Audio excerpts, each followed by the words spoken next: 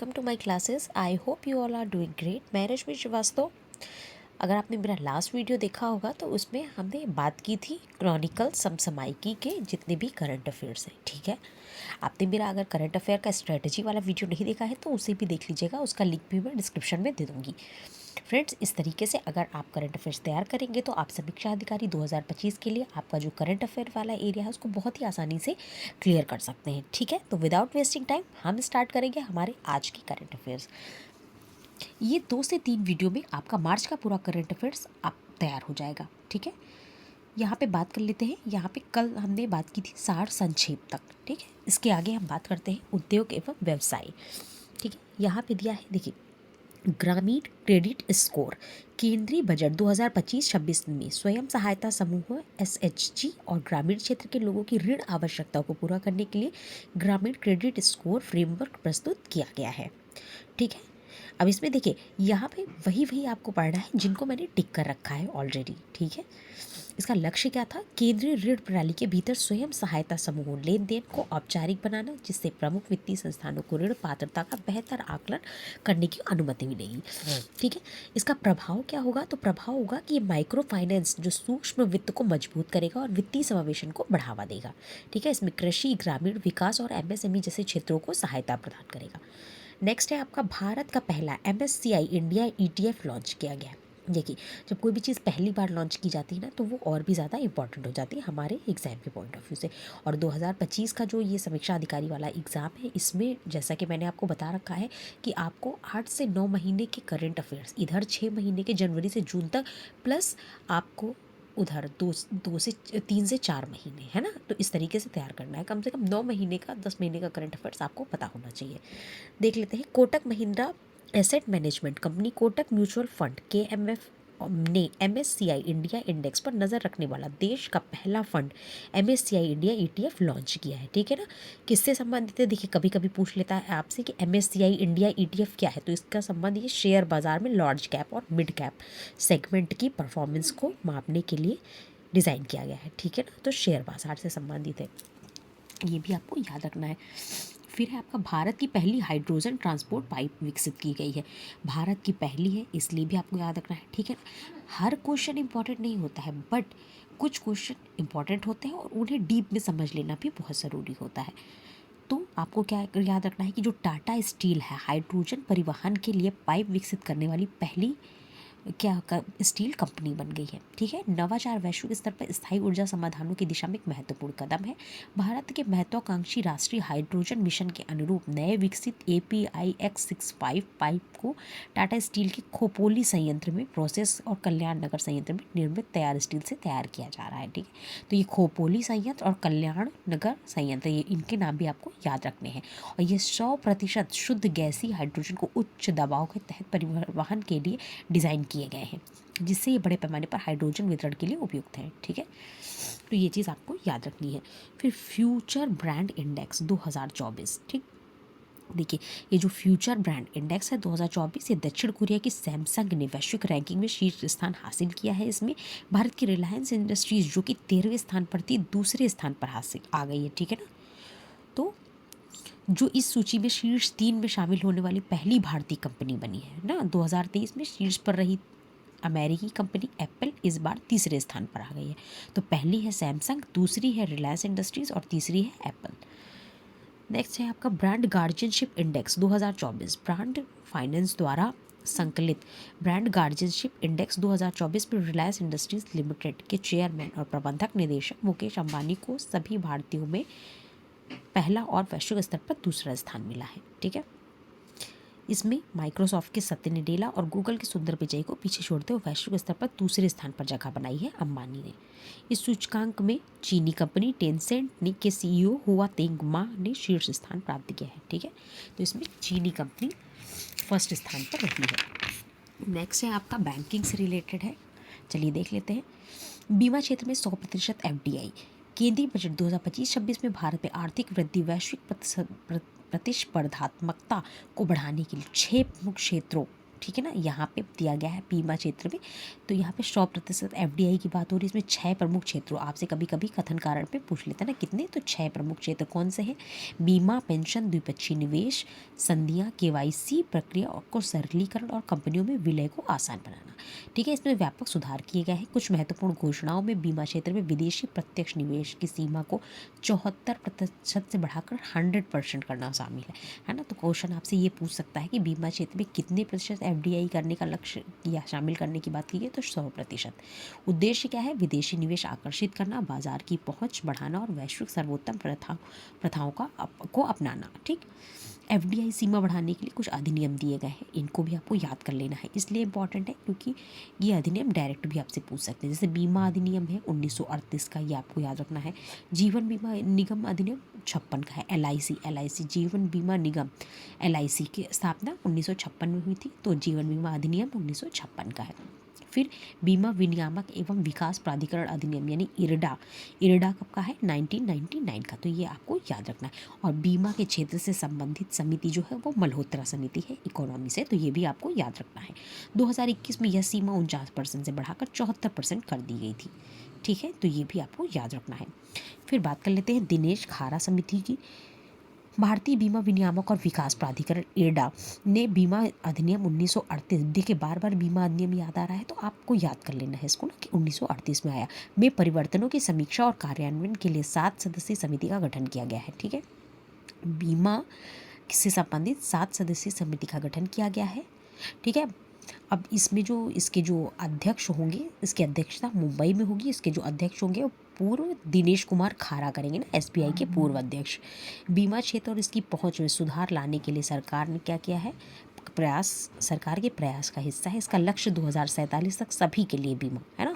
तो आपके यहाँ पर हर एक कदम पर हर एक क्वेश्चन इंपॉर्टेंट है, याद रखिएगा। बीमा अधिनियम 38 बीमा क्षेत्र को विनियमित करने के लिए एक व्यापक विधिक ढांचा प्रदान करता है। ठीक है, इरडा यहाँ पे दिया है 1999 में बना। इसका मुख्यालय है हैदराबाद तेलंगाना में। 1 अध्यक्ष और 9 सदस्य होते हैं। ठीक है, नेक्स्ट है आपका बाजार हस्तक्षेप योजना यानी MIS। इसमें क्या है? भारत सरकार द्वारा राज्यों को MIS लागू करने के लिए प्रोत्साहित करने हेतु बाजार हस्तक्षेप योजना को दिशा निर्देशों को संशोधित किया गया है। ठीक है, MIS से संबंधित क्या है कि जो पिछले सामान्य मौसम की तुलना में बाजार मूल्यों में न्यूनतम 10% गिरावट पर ही लागू होगा। ठीक है, टॉप फसलें जो है टमाटर, प्याज, आलू, मतलब इन्हीं पर ये लागू होता है। ठीक है, तो इस तरीके से इसको आपको याद रखना है। यहाँ पे एक शब्द दिया है कि ये जो उत्पाद और उपभोक्ता राज्यों के मूल अंतर होने पर भारतीय राष्ट्रीय कृषि सहकारी विपणन संघ लिमिटेड और राष्ट्रीय सहकारी उपभोक्ता संघ लिमिटेड भंडारण व परिवहन लागत की प्रतिपूर्ति करेगी। यहाँ पे नाफेड दिया है। नाफेड आपसे कई बार पूछ लेता है, कृषि से संबंधित है और 1958 में इसकी स्थापना हुई है, तो ये आपके लिए इंपॉर्टेंट है, याद रखिएगा, है ना। इसका ये जो नाफेड, ये जो बाजार हस्तक्षेप योजना दी गई है, इसके बारे में क्या बता रहा है कि आशा योजना का घटक है। आशा योजना कब की है? 2018, मतलब उसी के रिलेटेड, उसी तरह है ये ना। उसमें भी राज्यों और UT में ये मतलब लागू हुआ था। और हाँ, आपको ये भी याद रखना है, ये जो आपकी बाजार हस्तक्षेप योजना है इसमें MSP लागू नहीं होगा। ठीक है, तो ये चीज़ ज़रूरी से ज़रूर याद रखिएगा। और इसमें फसलों की नुकसान भरपाई केंद्र राज्य सरकारों के बीच जो 50-50 का अनुपात होता है और पूर्वोत्तर के राज्यों के लिए 75-25 का अनुपात होगा। मतलब इसमें जो भी होगी वो 50% राज्य 50% केंद्र देगी, और अगर पूर्वोत्तर के राज्यों में ये जो हस्तक्षेप योजना है उसमें 75-25 का अनुपात होगा ना, 75 केंद्र होंगे और 25 राज्य होंगे। ठीक है, फिर नेक्स्ट है आपका डिजिटल भुगतान सूचकांक भारतीय रिजर्व बैंक द्वारा। देखिए कुछ आपके यहाँ पे मैं आपको बता देती हूँ, कुछ आपके ऐसे जो वो हैं, क्या बोलते हैं, कुछ आपके जैसे WTO है, ठीक है, WHO है, RBI है, ये सब क्या है, इनके द्वारा जब कोई बात कही जाती है तो उसका एक अलग इम्पैक्ट होता है, वो आपकी एग्ज़ाम के लिए भी इम्पॉर्टेंट होता है ना। तो यहाँ पे RBI द्वारा हाल में जारी डिजिटल भुगतान सूचकांक के अनुसार सितंबर में पूरे भारत में डिजिटल लेन देन में वर्ष 11% की वृद्धि हुई है डिजिटल लेन देन में। तो ये 11% आपको याद रखना है। ठीक है, अब बात कर लेते हैं योजना और कार्यक्रम पर। ठीक है, योजना और कार्यक्रम पर बात कर लेते हैं। देखिए हम जल्दी बात कर रहे हैं जिससे कि आपका पूरा ये 2 से 3 वीडियो में कवर हो जाए और आपको ज़्यादा इसे याद करने में परेशानी ना हो। ठीक है, बात कर लेते हैं स्वावलंबिनी कार्यक्रम की। कौशल विकास और उद्यमिता मंत्रालय ने, ठीक है, नीति आयोग के सहयोग से मेघालय और असम में महिला उद्यमिता कार्यक्रम स्वावलंबिनी का शुभारंभ किया है। ठीक, कहाँ? मेघालय, असम में। इस पहल का उद्देश्य है पूर्वोत्तर के चुनिंदा उच्च शिक्षण संस्थानों महिलाओं को उद्यमी मानसिकता, संसाधन और व्यावसायिक सफलता हेतु मार्गदर्शन प्रदान करने में सशक्त बनाना। ठीक है, तो ये चीज़ आपको याद रखना है। नेक्स्ट है आपका परमाणु ऊर्जा मिशन। आप ये मत सोचिएगा आपके सामने सब चीज़ है, आप चाहे तो पूरा डिटेल पढ़ सकते हैं, बट क्योंकि अब जैसे यहाँ पे महिला उद्यमिता परिदृश्य से कुछ बातें कही गई हैं, तो महिला उद्यमिता मास्टर कार्ड सूचकांक इसमें 57वां स्थान है। ठीक है, उद्यमिता सूचकांक। तो आपको जो जानना ज़रूरी है मैंने सिर्फ उन्हीं पर टिक किया है, बाकी आपके सामने पूरी बुक है ना, आप सब चीज़ पढ़ सकते हैं। बट जो हमारे एग्ज़ाम के पॉइंट ऑफ व्यू लिए हम देखिए, जब हम उन्हीं चीज़ों पे मेन फोकस करेंगे ना जो हमारे एग्ज़ाम के लिए ज़रूरी है, तो हम ज़्यादा से ज़्यादा फोकस्ड रहेंगे और जल्दी से जल्दी और बेहतर तरीके से कवर कर पाएंगे, क्योंकि डिटेल बहुत ज़रूरी होती है। नेक्स्ट है आपका परमाणु ऊर्जा मिशन। परमाणु ऊर्जा मिशन जो है ये केंद्रीय बजट 2025-26 में इसकी शुरुआत की गई है। ठीक है, इसका उद्देश्य क्या है? तो लघु मॉड्यूलर रिएक्टर के अनुसंधान एवं विकास को बढ़ावा देना है। ठीक है, और लक्ष्य क्या है? 2033 तक कम से कम 5 स्वदेशी लघु मॉड्यूलर रिएक्टर चालू करना है। इसमें 20,000 करोड़ का आवंटन किया गया है बजट में। महत्व क्या है? 2047 तक 100 गीगावाट परमाणु ऊर्जा क्षमता हासिल करने तथा 2070 तक शुद्ध शून्य कार्बन उत्सर्जन लक्ष्य की पूर्ति अनुरूप। ठीक है, तो ये चीज़ आपको याद रखना है। और यहाँ पे नोट करके दिया हुआ है कि ये जो परमाणु ऊर्जा क्षमता है वर्तमान में जो 8,180 मेगावाट है, इसको बढ़ाकर 22,480 मेगावाट कर दिया है, तो आपके लिए इंपॉर्टेंट है। फिर भारतीय भाषा पुस्तक योजना। ठीक, 2025 में वित्त मंत्री निर्मला सीतारमण ने बजट 2025-26 में पेश करते हुए भारतीय भाषा पुस्तक योजना की घोषणा की है। इसमें क्या है? इसमें स्कूल, उच्च शिक्षा संस्थाओं, देखिए इसमें होगा क्या कि डिजिटल रूप में बच्चों को ये चीज़ें प्रोवाइड कराई जाए। ठीक है ना, और इसको जोड़ा गया है पहले पुरानी जो अस्मिता योजना से। ठीक है ना, अस्मिता योजना के तर्ज पर इसको बनाया गया, उसी तरह है ये। अस्मिता योजना 2024 में आई थी, वो भी शिक्षा की भाषा को बढ़ावा देने के लिए आई थी। ठीक है ना, तो ये आपको याद रखनी है। देखिए दिया है 2024 में केंद्रीय शिक्षा मंत्रालय द्वारा विश्वविद्यालय अनुदान द्वारा। ठीक है, फिर कपास उत्पादकता मिशन। नेक्स्ट है आपका कपास उत्पादकता मिशन। कपास उत्पादकता मिशन की शुरुआत की गई है कहाँ पे? है ना, तो केंद्रीय बजट में इसको बताया गया है कि इसकी शुरुआत की जाए। इसका उद्देश्य क्या है? तो कपास की खेती और उत्पादकता को स्थिर महत्वपूर्ण सुधार लाना और अतिरिक्त लंबे स्पेटल कपास किस्मों को बढ़ावा देना। बजट में क्या किया गया? 5 वर्ष के लिए राष्ट्रीय कपास प्रौद्योगिकी मिशन के लिए 500 करोड़ रुपए आवंटित किए गए हैं। लक्ष्य की बात करें तो 450 से 500 किलोग्राम हेक्टेयर से बढ़ाकर 1000 किलोग्राम हेक्टेयर करना है। सामरिक महत्व की बात करते हैं तो भारत का कपास का सबसे बड़ा उत्पादक और निर्यातक है, ये भी आपको याद रखना है। ठीक है, फिर नेक्स्ट है आपकी, है ना, कपास में ही बात कर ले तो कपास की खेती के लिए जो कुल उत्पादन है वो 25%, इसे सफ़ेद सोना कहा जाता है ना। तो क्वेश्चन आपसे पूछ सकता है सफ़ेद सोना किसे कहते हैं? कपास को। उत्पादकता की बात कर लेते हैं तो उत्पादकता में उपज के साथ साथ 33वें स्थान पर है और शीर्ष उत्पादक राज्यों में गुजरात, महाराष्ट्र और तेलंगाना है। ठीक है, नेक्स्ट है आपका पीएम धन धान्य कृषि योजना। केंद्रीय बजट 2025-26 में वित्त मंत्री निर्मला सीतारमण ने आकांक्षी जिला कार्यक्रम, ठीक, से प्रेरित होकर कृषि बुनियादी ढांचे को मजबूत करने हेतु प्रधानमंत्री धन धान्य कृषि योजना की घोषणा की है। ठीक है, अब इसका जो उद्देश्य है यहाँ पर देखिए ना, सभी तक ऋण की सुविधाओं को पहुँचाना, उनको बढ़ावा देना। लाभार्थी की बात कर लेते हैं तो 1.7 करोड़ छोटे एवं सीमांत किसान लाभान्वित होंगे। ठीक है ना, पीएम धन धान्य कृषि योजना में कैसे? छोटे और सीमांत किसान, दोनों पॉइंट बहुत इंपॉर्टेंट है, इसे ज़रूर याद रखिएगा। ठीक है, आकांक्षी जिला कार्यक्रम के बारे में कुछ बात कही गई है तो ये 2018 में इसकी शुरुआत हुई थी नीति आयोग के द्वारा। ठीक है, मैंने देखिए 2-4-6 नाम आपको बताए हैं, जैसे कि आपका WHO हो गया, WTO हो गया, WTO, world bank, WHO, NITI Aayog, है ना, RBI, इनके द्वारा जब भी कोई बात कही जाती है तो वो आपके लिए बहुत ही ज़्यादा इंपॉर्टेंट हो जाती है। नोदी बंधन योजना, पश्चिम बंगाल सरकार द्वारा इसको बजट में ऐसी बात कही गई ना, तो नोदी बंधन योजना की घोषणा की गई है। इसका उद्देश्य नदी तटीय क्षेत्रों के विकास को बढ़ावा देना और गंगा पद्मा नदी के किनारे के कटाव को रोकना है। ठीक है, ज्ञान भारतम मिशन, ये क्या है, तो बजट में इस पर भी बात की गई है। इसमें पांडुलिपियों को संरक्षित और सुरक्षित रखने की बात की है ज्ञान भारतम मिशन में।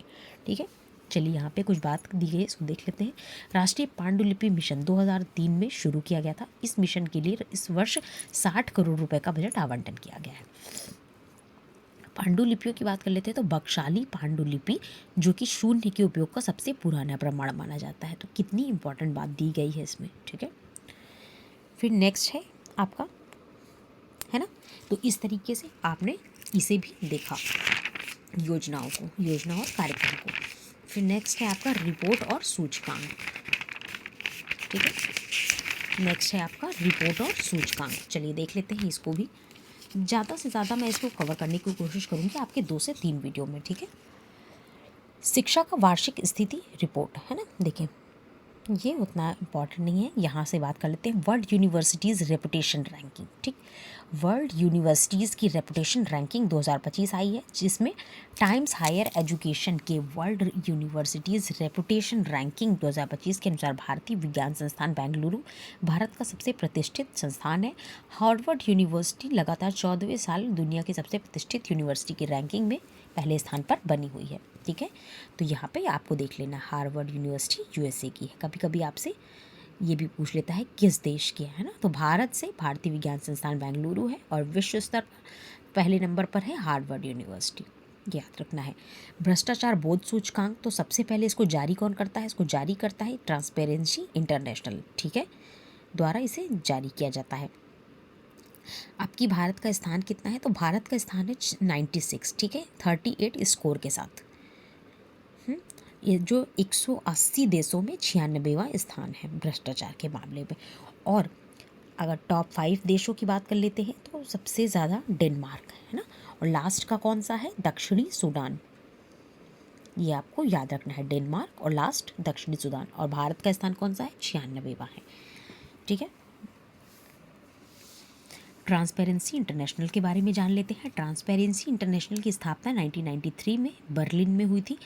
ठीक है, इसका उद्देश्य क्या है, तो वैश्विक भ्रष्टाचार का समाधान, भ्रष्टाचार रोधी उपायों को बढ़ावा देना और आपराधिक गतिविधियों की रोकथाम करना। नेक्स्ट है आपका जलवायु जोखिम सूचकांक। इसको कौन जारी करता है, तो पर्यावरण थिंक टैंक जर्मन वॉच के द्वारा इसको जारी किया जाता है। टोटल 171 देशों में, है ना, 171 देशों को इसमें शामिल किया गया है जलवायु जोखिम सूचकांक में। ठीक है, और भारत की स्थिति देख लेते तो इस सूचकांक में भारत को 6ठी रैंक प्राप्त हुई, जो जलवायु संकट के प्रति इसकी संवेदनशीलता को दर्शाता है। देखिए यहाँ पर देख लीजिए, अगर, है ना, ये आगे का दिया हुआ है, तो यहाँ पे आपको याद रखना है, इसको 6ठी रैंक को दर्शाता है। फिर नेक्स्ट है आपका, यहाँ पे कुछ 2025 में दुनिया की सबसे शक्तिशाली सेनाओं की बात करी जा रही है। तो 2025 में दुनिया की सबसे शक्तिशाली सेनाओं में सबसे ज़्यादा है अमेरिका की, फिर रशिया की, फिर चाइना की, फिर चौथे नंबर पे भारत की है। ठीक है, तो ये चारों आपको याद रखने हैं सीक्वेंस से। एक आपको पहला दूसरा याद करने से काम नहीं चलेगा ना, आपको चारों याद करने पड़ेंगे। पहला अमेरिका, फिर रशिया, फिर चाइना और फिर भारत। ठीक, यहाँ पे जर्मन वॉच की बात हो रही है। जर्मन वॉच के बारे में भी देख लेते हैं। 1991 में इसकी स्थापना हुई और बॉन जर्मनी में इसका मुख्यालय है। बस मुश्किल से 2 चीज़ें इसके बारे में आपको याद रखनी, एक कब स्थापना हुई और कहाँ पे मुख्यालय है। फिर है आपका global fire power military strength ranking. ठीक है, ये कैसी 145 देशों की ये रैंकिंग है ना। इस पे यूएसए आपका फर्स्ट स्थान पर है ना, यूएसए पहले स्थान पर है। ठीक है, global fire power military strength ranking, यहाँ पे नाम से ही पता चल रहा है कि मिलिट्री स्ट्रेंथ यानी कि आपकी सेना की ताकत, है ना। तो संयुक्त राज्य अमेरिका पहले स्थान पर है, वही चीज़ सेना की बात यहाँ पे कर रहा है ना, कि 2025 में दुनिया की शीर्ष शक्तिशाली सेनाओं के बारे में। फिर नेक्स्ट है आपका पावर इंडेक्स क्या है ना, तो ग्लोबल फायर पावर नाम की थिंक टैंक संस्था हर साल ये रैंकिंग जारी करती है, और इसके तहत जितने कम स्कोर उतनी ताकत, ज़्यादा रैंक नीचे जाने पर पावर इंडेक्स बढ़ता है, और जो घटती ताकत को दर्शाता है। ठीक है, वैश्विक जोखिम रिपोर्ट ये कौन जारी करता है, तो वर्ल्ड इकोनॉमिक फोरम ने 20वीं ग्लोबल रिस्क रिपोर्ट जारी की है। इसमें भारत के लिए शीर्ष 5 जोखिमों का जिक्र किया है। ठीक है,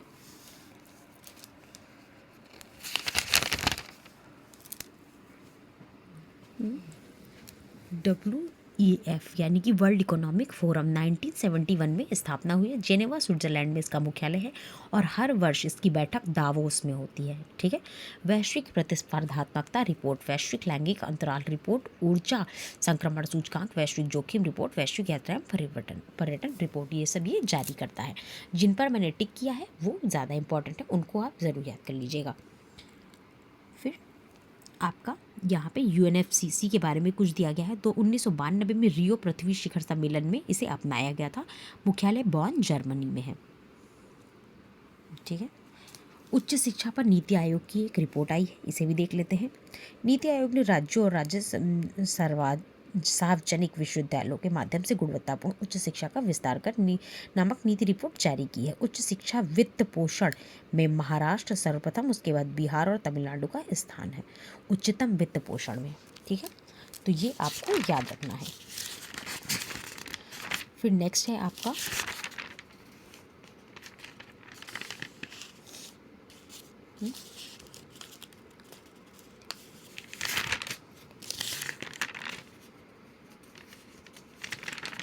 पर्यावरण और पारिस्थितिकी। ठीक है, पर्यावरण और पारिस्थितिकी के बारे में दिया हुआ है। देखिए, कुछ चीज़ें ऐसी दी हैं जो आपके लिए इम्पॉर्टेंट हैं, सिर्फ आपको उन्हीं को पढ़ना है।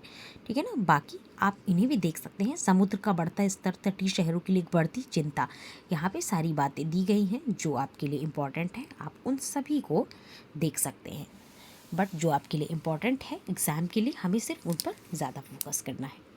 ठीक है, एक नज़र आपको सब चीज़ों पर मार लेनी है, बट फोकस्ड कुछ ही चीज़ों पर रहना है। हाल ही में MP के वन विभाग द्वारा आयोजित राज्य स्तरीय गिद्ध जनगणना में राज्य में गिद्धों की संख्या बढ़कर 12,981 हो गई है। ये मोस्ट इम्पॉर्टेंट आपके लिए होने वाला है। ठीक है, ये क्वेश्चन, इसमें MP भारत का सबसे अधिक गिद्ध आबादी वाला राज्य बन गया है ना। कुछ वर्षों में आश्चर्यजनक वृद्धि हुई है गिद्धों की संख्या में। ठीक है, यहाँ पर कुछ बात दी गई, जैसे कि यहाँ पर बताया जा रहा है कि यहाँ पे कौन कौन से गिद्ध पाए जाते हैं, है ना। गिद्धों की जो है, एक तो आपका लंबी चोंच वाला, पतली चोंच वाला, है ना, धूसर गृधक, यूरोपियन गृधक और हिमालय गृधक भी मौजूद हैं। तो आपको याद रखना है कि ये गिद्धों की प्रजाति है। उसके बाद नेक्स्ट है आपका अफ्रीकी चीतों का स्थानांतरण। जैसा कि आपको पता है कि पिछले वर्ष और उसके पिछले वर्ष जो काफ़ी चीते नामीबिया से, है ना, मंगवाए गए थे भारत। उच्च मृत्यु दर, अध्ययन से पहले चरण में स्थानांतरित चीतों में 40 से 50% की मृत्यु दर की सूचना दी गई है, जो अनुमानित 85% जीवित रहने की दर से काफ़ी कम है। तनाव और स्वास्थ्य समस्या, चीतों में उच्च तनाव स्तर का अनुभव किया गया है, जो 90 से अधिक रासायनिक इमोबिलाइजेशन और बार बार पशु चिकित्सा हस्तक्षेपों से स्पष्ट है।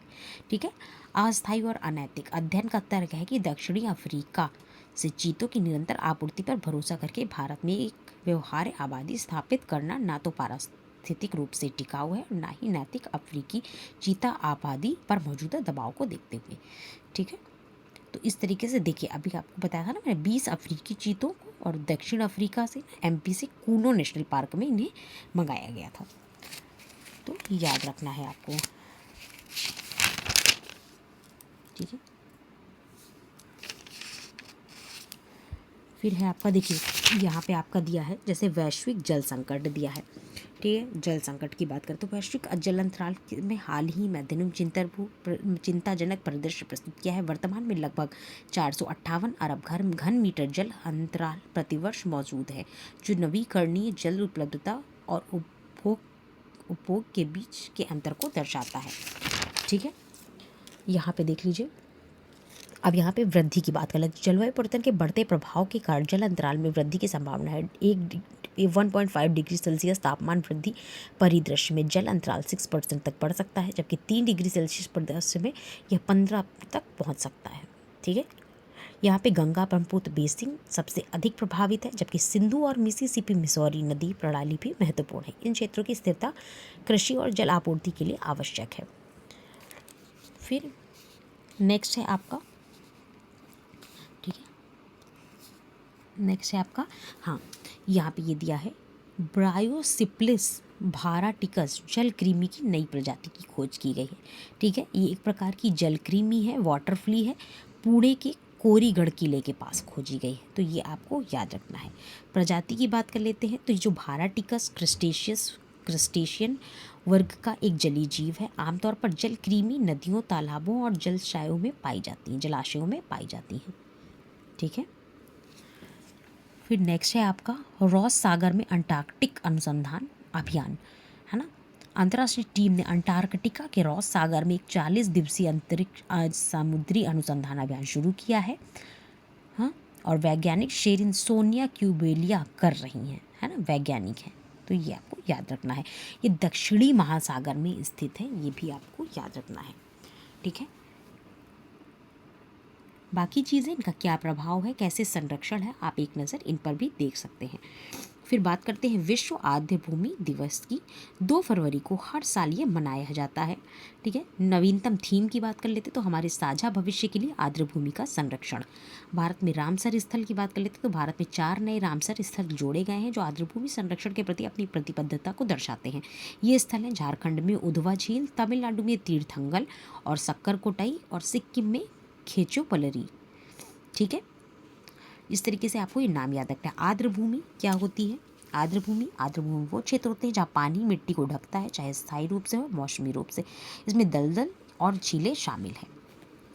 रामसर कन्वेंशन 1971 ईरान में हुआ था। बार बार आपसे पूछता है इसका संबंध आर्द्र भूमि से। आर्द्र भूमि दिवस कब मनाया जाता है? 2 फरवरी को मनाया जाता है। भारत में महत्वपूर्ण आर्द्र भूमियों की जो संख्या है वो 89 हो गई है। रामसर स्थल में उनको शामिल किया जाता है, जिसमें तमिलनाडु में सबसे अधिक 20 स्थल है, पंजाब में 6 प्रमुख आर्द्र भूमि है, इसमें उत्तरी भारत की सबसे बड़ी हरिकेपट्टनम भी शामिल है।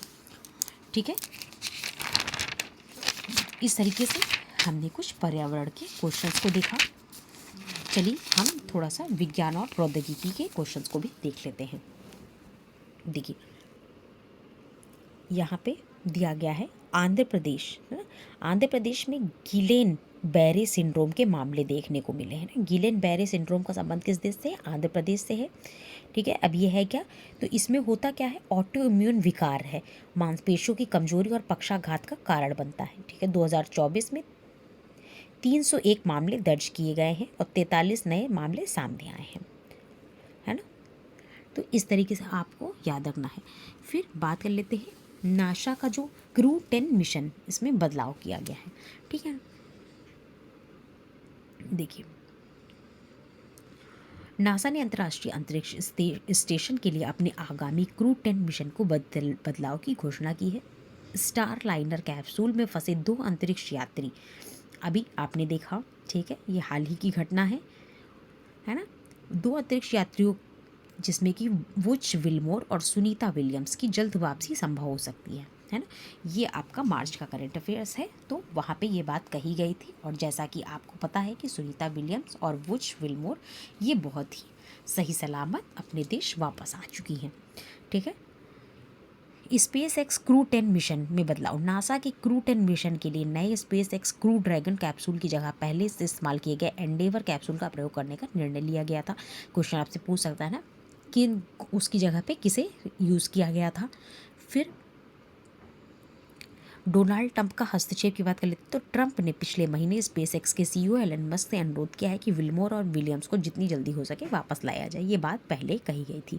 ठीक है, स्पेस एक्स के अन्य मिशन की बात कर लेते हैं तो स्पेस एक्स का जो निजी मिशन है फ्रैमा 2 को देरी होगी, जिसमें कि माल्टी स्क्रिप्टो उद्यमी चुन वांग को ध्रुवीय कक्षा में भेजा जाएगा। ठीक है, पेरिस में AI एक्शन सम्मेलन। भारत, चीन, ब्राज़ील और फ्रांस सहित 57 देशों ने पेरिस में आर्टिफिशियल इंटेलिजेंस एक्शन सम्मेलन में लोगों और पृथ्वी के लिए समावेशी तथा सतत कृत्रिम बुद्धिमत्ता पर एक संयुक्त वक्तव्य पर हस्ताक्षर किए हैं। ठीक है, तो ये आपको याद रखना है।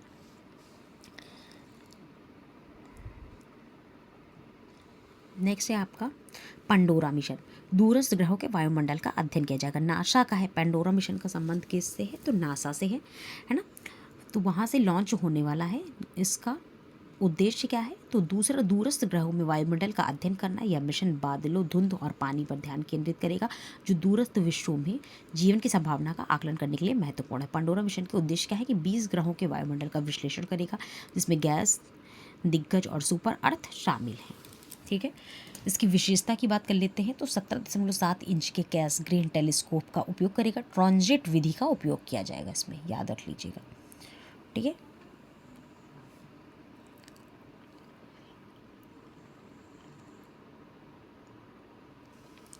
फिर है आपका इसरो का CE-20 क्रायोजेनिक इंजन का सफल परीक्षण। ठीक है, भारतीय अंतरिक्ष अनुसंधान संगठन इसरो ने तमिलनाडु के महेंद्रगिरी में हाई अल्टीट्यूड टेस्ट फैसिलिटी से CE-20 क्रायोजेनिक इंजन के प्रज्वलन परीक्षण को सफलतापूर्वक पूरा किया है। यह engine launch vehicle mark 3 LVM-3 के ऊपरी चढ़ को शक्ति प्रदान करता है। ठीक है, CE-20 इंजन गगनयान मिशन के लिए आवश्यक है और 19 टन से 22 टन के बीच का थ्रस्ट उत्पन्न करता है। तो ये भी आपको याद रखना है। ठीक है, देखिए यहाँ पे दिया है यूरोपीय संघ का आर्टिफिशियल इंटेलिजेंस अधिनियम लागू। ठीक है, AI अधिनियम लागू हुआ है। कृत्रिम बुद्धिमत्ता को विनियमित करने की दिशा में एक महत्वपूर्ण कदम है। तो ये भी आपको याद रखना। जोखिम आधारित कुछ दृष्टिकोण हैं, है ना, ये सारी चीज़ें हैं। तो आपको याद रखना है कि AI अधिनियम किससे संबंधित है, तो यूरोपीय संघ से संबंधित है। ठीक है, वहाँ का अधिनियम है। अब देखिए भारत में क्या है, कैंसर जीनोम एटलस, है ना। भारतीय प्रौद्योगिकी संस्थान मद्रास IIT मद्रास ने Bharat cancer genome Atlas BCGA launch किया है। ठीक, किसने किया है, मद्रास IIT मद्रास ने। ठीक है, कैंसर अनुसंधान को क्रांतिकारी बनाने के लिए एक महत्वपूर्ण कदम है। BCG एक व्यापक डेटाबेस है जिसमें भारत में स्तन कैंसर से जुड़े जीन वेरिएंट का संग्रह है ना। तो इस तरीके से आपको इसे याद रखना है। IIT मद्रास ने इस परियोजना के लिए कॉर्की नोस हेल्थ केयर और चेन्नई ब्रेस्ट क्लिनिक के साथ सहयोग किया है। तो ये भी आपको याद रखना है। फिर नेक्स्ट है आपका भारत में अंतरिक्ष में किया गया 7वां सफल मिशन।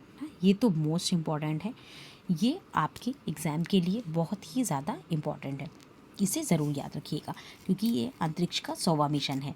भारतीय अंतरिक्ष अनुसंधान संगठन इसरो ने श्रीहरिकोटा के सतीश धवन अंतरिक्ष केंद्र से अपना 100वां मिशन सफलतापूर्वक लॉन्च किया। यह महत्वपूर्ण उपलब्धि